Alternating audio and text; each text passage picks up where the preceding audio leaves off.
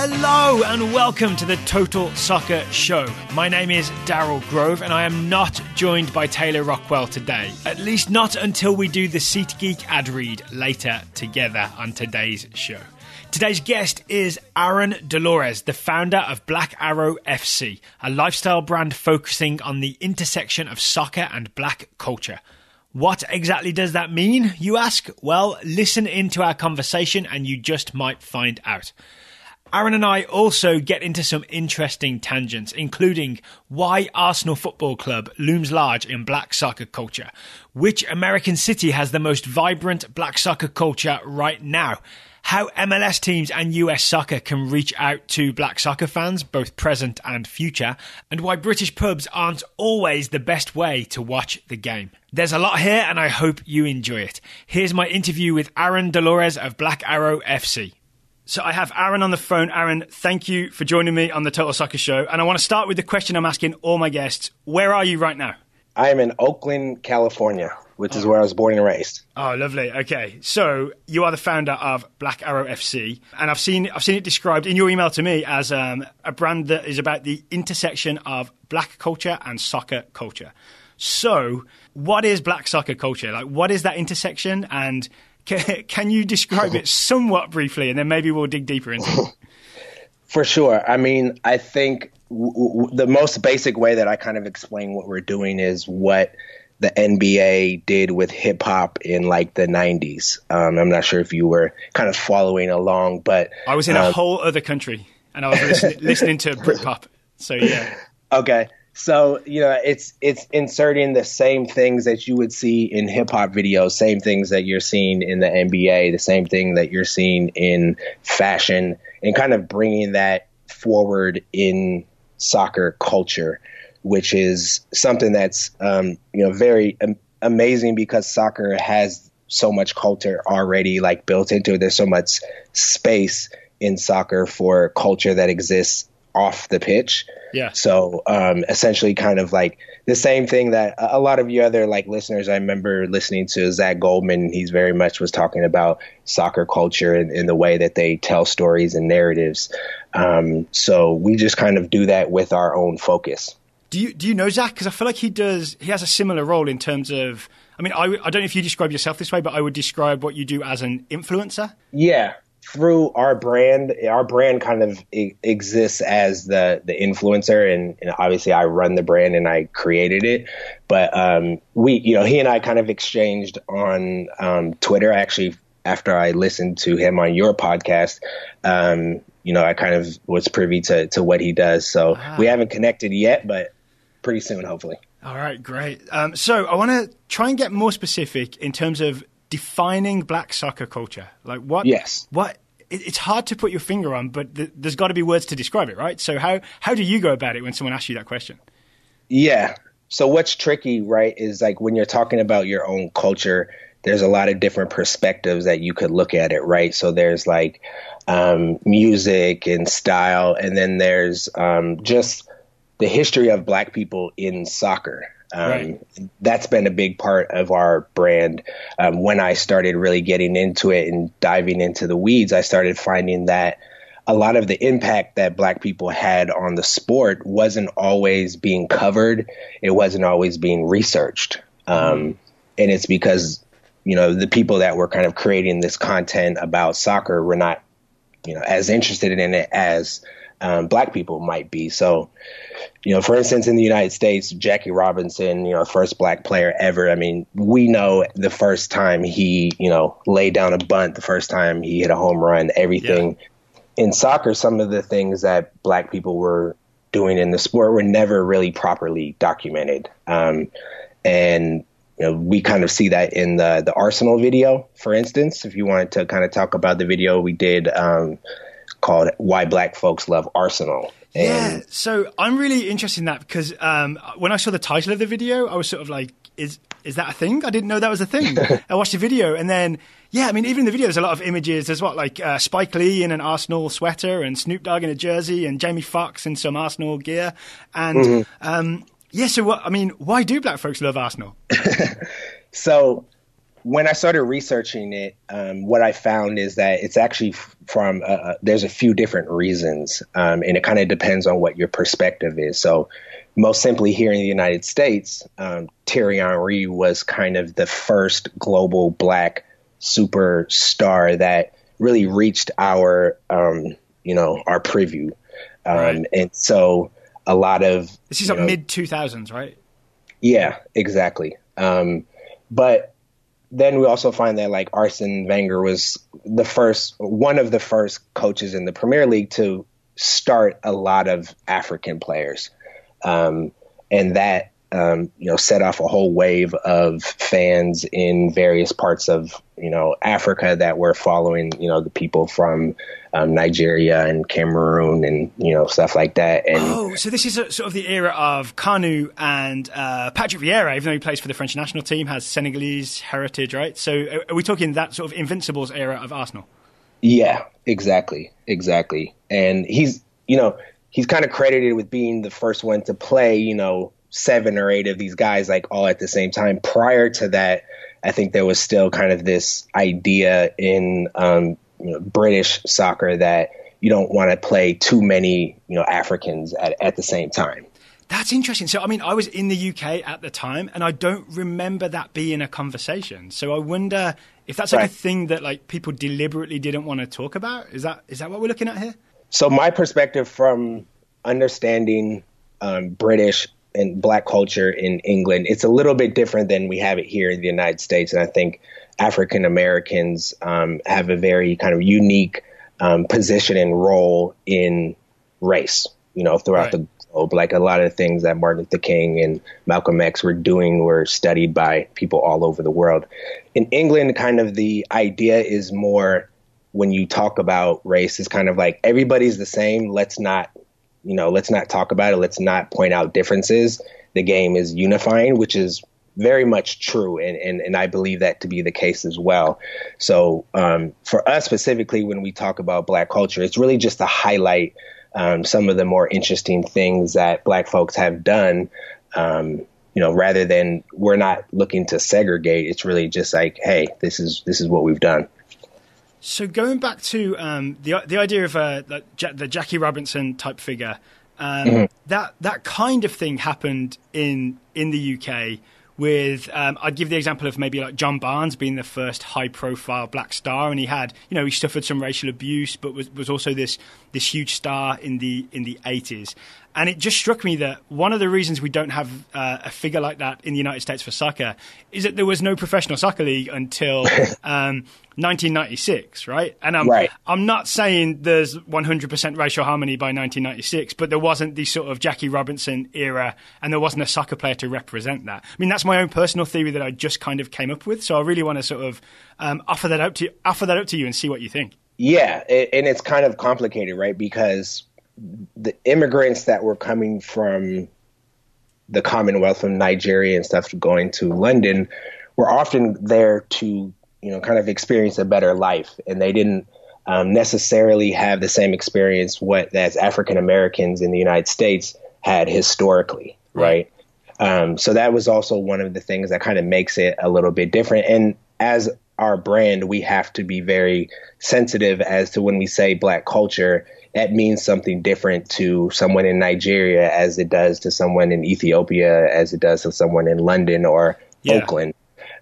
So it's kind of, we talk about it in the general sense of the African, diaspora.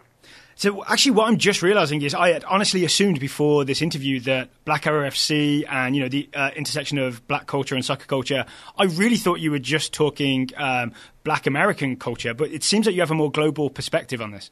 Yeah, and so in America, we focus on African American culture, but we want African Americans to know about Pogba. We want them to know about Lukaku and some of these other players. So at the same time, I think I call it the Black Panther effect. After that movie, and we had started this prior to that movie coming out, but there is a movement within the United States to create more awareness amongst the African diaspora, right? Yeah. So specifically, we're here, we're based in America, and this is actually where it's like needed the most as far as like the MLS needing what Black people do. But from a more kind of philosophical and, spiritual way, we're using our brand to connect the diaspora for sure. So in terms of sort of influencing how Major League Soccer grows and how US soccer goes forward, do you see sort of a way that Black culture can influence MLS and US soccer for the better? And I'm not specifically talking about, just more Black players. I'm talking about as you said, the culture around the game. Yeah. And, they've written books about like what happens when Black people kind of, adopt your product or your brand or whatever it is. So you'll see this from everything from Nike to the NBA to Hennessy, to Lexus. So I think what Black culture can bring to soccer in America is that swagger, right? Yeah. And that's really what our brand focuses on, what I call the cool kids version of soccer. And the reason that it creates a solution for that is because it's the perspective of people in America is for soccer is, suburban, middle class, white, right? Yeah. And so it goes back to that sort of youth soccer image of, minivans and soccer moms and all that stuff. Yeah. And like empty, we played soccer on empty football fields, right? Mm-hmm. And we didn't grow up next to Old Trafford. And, we never were really presented the game in all of its glory, right? So the easiest way to kind of get people connected to the sport is to show them how cool it is. And fortunately, soccer is actually really cool. Mm-hmm. It was really presented to African Americans as cool. And also, I ask a lot of people, African Americans, and say, do you think Pele is Black? And a lot of times they'll say no, right? Obviously, if you look at Pele, you know that he's Black. So wait, is that because they've literally never seen him, or is that just because of a perception of him? I think it's just a perception of non-African Americans were sometimes not perceived as being Black. We didn't really fully understand it or get it or like dial into it. And so, what's one thing that I've really kind of honed in on is that we have all of these, the drug bust story in the Ivory Coast, like that's a story that African Americans should know and own and be really excited about, right? Yeah. And so there's all these like really amazing historical elements of the game that were never really introduced to us. And it's not necessarily anyone's fault, but it's just that who was creating the content? It was, Fox and ESPN, and they weren't really embedding that information into our psyche when we were young. So do you see the role of Black Arrow FC as taking those stories and sort of packaging it in a way and presenting it in a way that sort of attracts Black people to soccer? Or do you see it as taking Black soccer culture that exists and amplifying it? Or I guess the answer is going to be both, right? Yeah, 100%. So here's one example. The first event that we ever did was we took a trip here in Oakland and we went to a San Jose Earthquake game. And what I did was we threw a party at a bar in Oakland, like a brunch party. We had like 60 people meet up. We pre-sold 60 seats all in the same section to a San Jose Earthquake game. I chartered a bus. And so what we did was we threw a party. We all got on the bus. We're all hanging and drinking. We're all sitting in the same section. And we're bringing, these African Americans into, a San Jose Earthquake game. But we didn't promote it as come watch San Jose versus Colorado Rapids, right? We promoted it as come hang out, come kick it. We're going to go do something fun and unique. And that's kind of our strategy to create some interest for people that might not already be into the game. Because once you walk into the stadium, you're like, wow, this is amazing. Like I didn't know that any of this was coming on, even, with the MLS. So I personally was actually not into soccer prior to, a year and a half ago.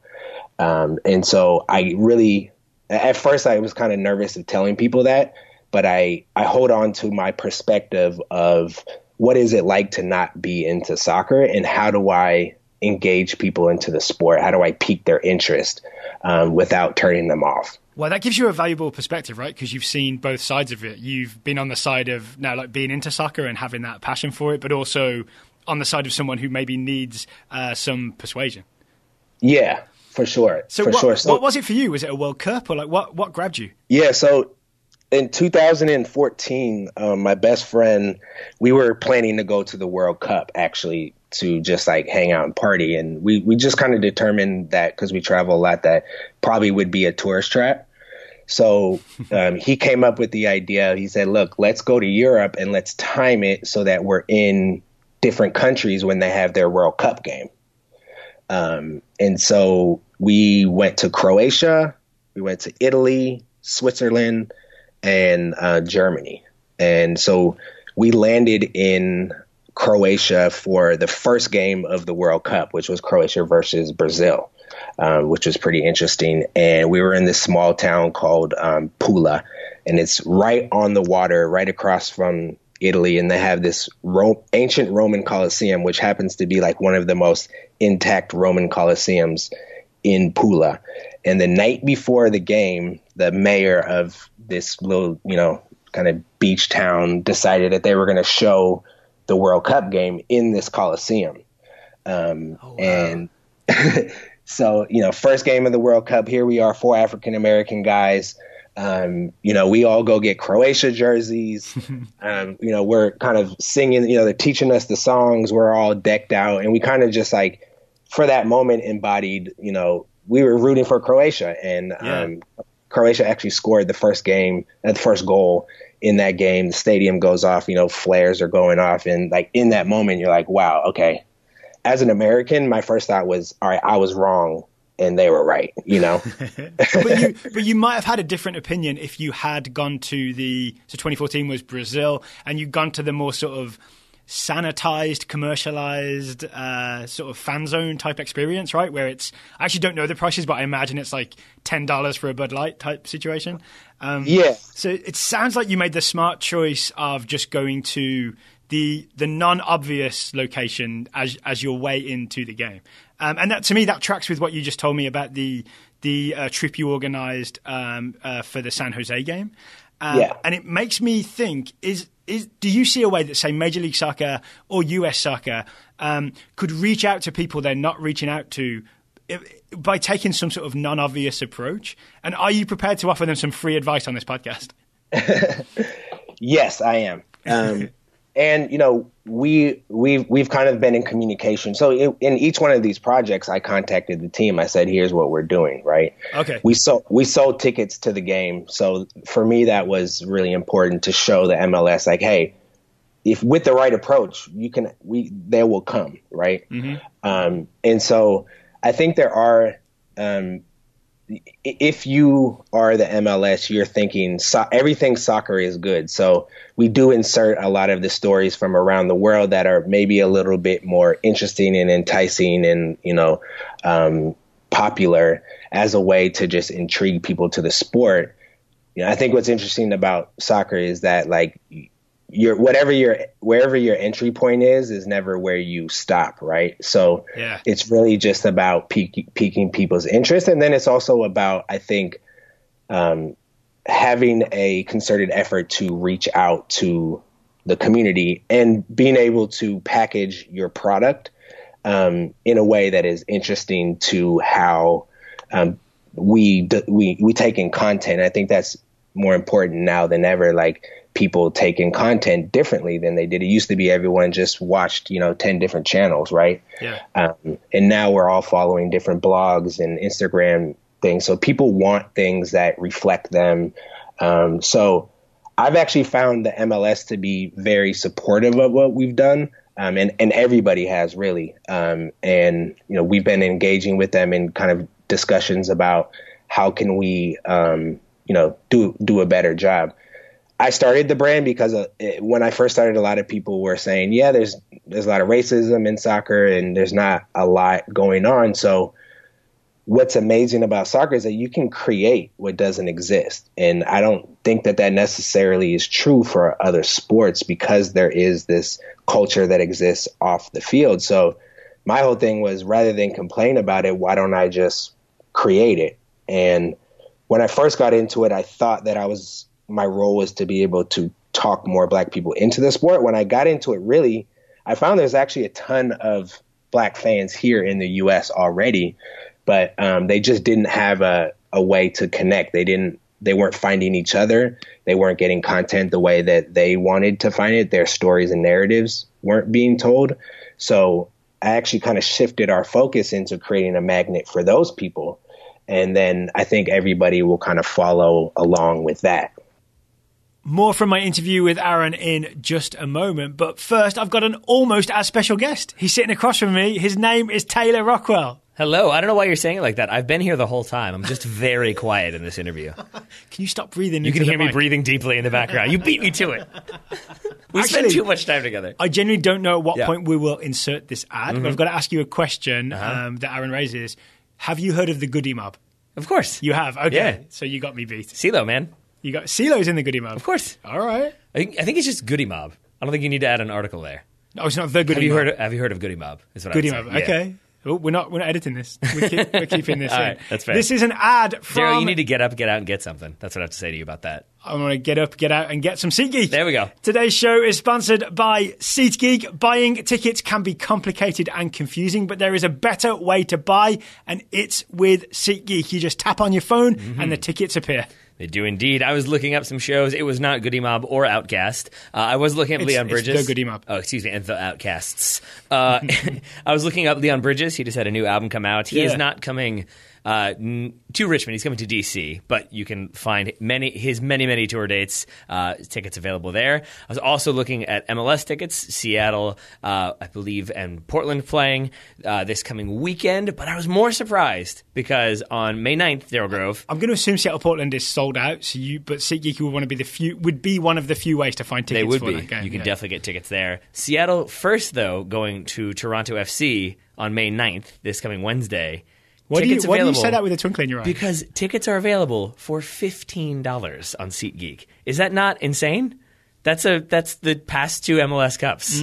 That's right there, man. So there's plenty of tickets available for that game. I would say that's a good one if you're looking to attend a Toronto game. So you can also get $20 off your first. You can make $5 purchase. You actually could make $5 off your first SeatGeek purchase if you see Seattle, Toronto, Seattle. If you download the SeatGeek app.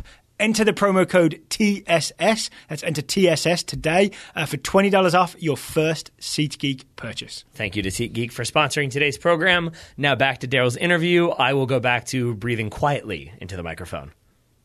That makes sense, yeah, because once you connect people and then when people get together, they're more visible and then hopefully more people, like their interest is piqued or just they want to be part of what they see happening. So it should have a kind of, like a magnet effect, as you said. For sure. It's also like, where do you watch soccer? It's like Irish pubs and English pubs and, no offense to you, but that's not always necessarily the environment that if you're, a young Black guy that you really want to go into, unless you really get it. Like now that I really, really get it, I go and sit in there with the British guys and we talk and we laugh and all that. But if you're not already super into the sport, that can be a little intimidating. Yeah, I mean, actually, I don't think we've talked about this on the show before, but because Taylor and I watch games a certain way where we want to sort of really focus on, what the left back's doing kind of thing, we tend not to go and watch big games in a pub because we don't want to be surrounded by people shouting and big crowd. You know what I'm saying? Like, so I think each person has their own specific way that they prefer to watch a game. And it's sort of like... It's maybe worth remembering that sort of pub culture is not the only culture. It's not the only way to consume soccer.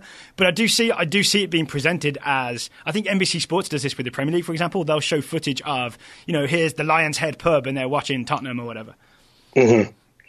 Yeah. And so it's like, I think everybody wants to have their own kind of spaces that are built for them.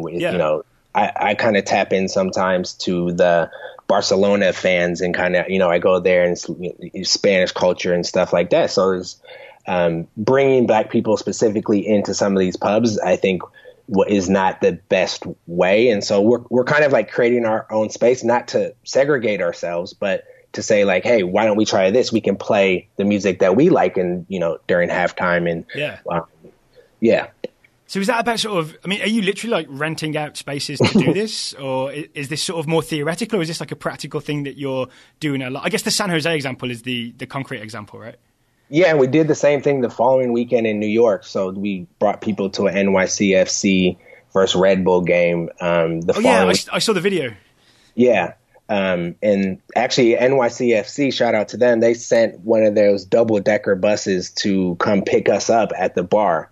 And they kind of covered that, and that was awesome. And it's like a lot of black people didn't even know that they play in Yankee Stadium. Here's the most kind of important stadium in all of America, and a lot of people in New York didn't even know that they played there. And we specifically picked the game against the Red Bull because we knew the energy would be really good. Pun intended or not? No, not at all. All right, I'm going to ask you a question that might get you in trouble. Okay. What's the best city for black soccer culture? Well, it's Atlanta. Just straight up, easy answer like that. Yeah, all right. For sure. I guess why then? Why is Atlanta the best city? The reason is twofold. And so we did a big event there, and this will be kind of interesting for your audience to kind of understand the applications of our brand. So for Atlanta United's home opener, we planned 3 different events on 3 days in a row. So Friday night, we threw a party called the Kit Classic, where we encouraged everybody to wear a different soccer jersey, like a unique one, a rare one, a throwback. And so we had, 150 people all wearing different jerseys. And that's kind of an ode to the NBA kind of jersey culture, again, that was kind of happening in the 90s when you were listening to British pop. So that was on Friday night. And then on Saturday, we had a street soccer tournament. In Atlanta, they have a pitch that they built into the subway station. This nonprofit organization called Soccer in the Streets. They built this pitch because they determined that one of the things that was keeping black people away from the sport was transportation. So they say, what if we build a pitch into the subway station? Then people from, the outskirts in these more rural areas can actually get there. And they actually have plans to maybe build one in every one of the subway stations where, the league would basically be made up of the different subway stops. Wait, so I saw this video. Was that pitch was permanent? Yeah, it is. Oh, I thought that was like a one-off weekend event and then it was removed because something else would go there, but I didn't know that pitch was permanent. Yeah, no, it's permanent. Yeah. Wow. Do you mind sharing, if you can remember, the name of the stop, just in case people are looking for this?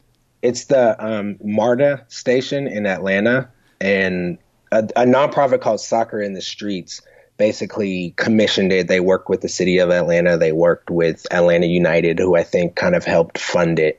And yeah, it's still there. So we had a street soccer tournament, and I think this tournament will also speak to like our strategy, which was each team in the tournament made up different brands and entities within Atlanta culture that represent like black culture. So we had like a DJ crew, we had a fashion, boutique, we had a hip hop festival, and each one of those teams were made up of those brands. I see. We ended up, the money that we raised for that went as a donation to Soccer in the Streets. But we didn't promote it as, hey, come to this fundraiser, right? We promoted it as, we're going to have a DJ playing. We have all these cool brands. And so that's kind of like our strategy as to like, how do you make this a little bit more interesting, a little bit more fun, a little bit easier for folks to, engage with.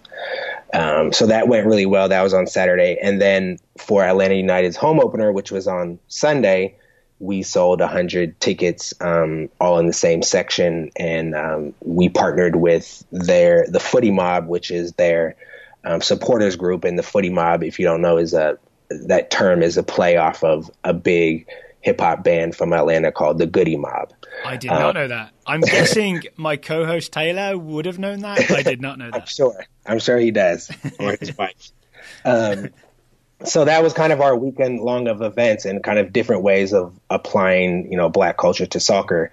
To answer your question, because so much of black culture is anchored in Atlanta. It's the home of like hip hop really right now. It's the home of like black fashion right now. And so that combined with the fact that you have Atlanta United, who's getting 70,000 fans out there, the combination of having a very successful MLS team and the culture already there, it's very natural. So it's like a convergence of trends. Mm-hmm. Yeah, absolutely. Yeah. So what are you working on right now with Black Arrow FC? For sure. So we have two big projects that are coming up. One is for the World Cup. We're doing a trip that's kind of an ode to the trip that got myself into soccer, which is we sold packages for people to go to Colombia during the World Cup. So we're going to have about 50 African Americans and others flying into Cartagena, which is the Afro-Colombian community is kind of based out of Cartagena, which was a former slave port, which is how that kind of area came to be. Right. And it's on the Caribbean coast. So we're bringing them there during the World Cup as a way to kind of expose, one, Afro-Colombian culture, and two, for them to experience that at the time where Colombia is obviously going nuts. There's going to be all these big games, people in the streets watching, the matches. So it's kind of a way to, introduce people to like how big soccer is, Colombian style. That sounds great. Yeah. So the other project that we're working on is we started filming this documentary in Kenya, which profiles the most famous Kenyan soccer player of all time. His name is Joe Kadenge. He's 83 years old now. And this project kind of came about really a month after I started the brand. I was in Nairobi on a different project that I was working on, a consulting project, and I was riding around in a cab and asking the cab driver about, soccer and stuff. And he said, the most famous guy is Joe Kadenge. And I said, wow, I wish I could meet him. And he said, oh, you want to meet him? He said, he's a cab driver himself. And, you can kind of fill in the blank on these guys that were playing in like the 50s who never made any money and were not really able to kind of capitalize on their fame. So he said, I could take you over to where his friends are kind of hanging out and maybe we could track him down. So I was like, hey, sure, why not? So we go to the other side of town. He talks to a guy, talks to another guy. He was explaining to me that he had almost died earlier that year. The president had come to his house to visit him, and it was this kind of whole political thing. And one of the guys that he found called Joe, and Joe said, come to the house. So all within a 20-minute period, I was walking into, the most famous Kenyan player of all time's house. And, sitting with him, talking with him, and just hearing all of his stories, I kind of quickly realized that he was one of these stories that, I talked about earlier, that his story has never really been told. It's never been packaged, especially for like a modern era. And so I scrambled, to find a camera crew. The next day we filmed with him. I asked him, and I think Tyler will really like this. I asked him, I said, who's your favorite team? And the first day we were interviewing him, and he said Manchester United. And so I asked him why. And he said it was because of the Munich Air Disaster in 1958. And so he was playing at that time in 1958 and was really famous in Kenya. And he kind of was the first. The British brought soccer to Kenya, and he was the first superstar, right? Yeah. So he really kicked the whole thing off. And so then I asked him, I said, have you ever been to Old Trafford? Yeah, have you ever been to a game? And he's like, how would I ever afford to, go to a game? And I was like, yeah, I get it. I understand. So when I got home, I had actually never heard of the Munich Air Disaster. So when I got home, I was researching it. And again, I told my best friend, I was like, yeah, this guy liked him because of the Munich Air Disaster. And we were looking it up, and we found out that the 60th anniversary was coming up that February, which is this past February. Mm-hmm. So that sent me into this whole kind of wave of, one, what if we brought him to Old Trafford for the first time during the 60th anniversary of the Munich Air Disaster?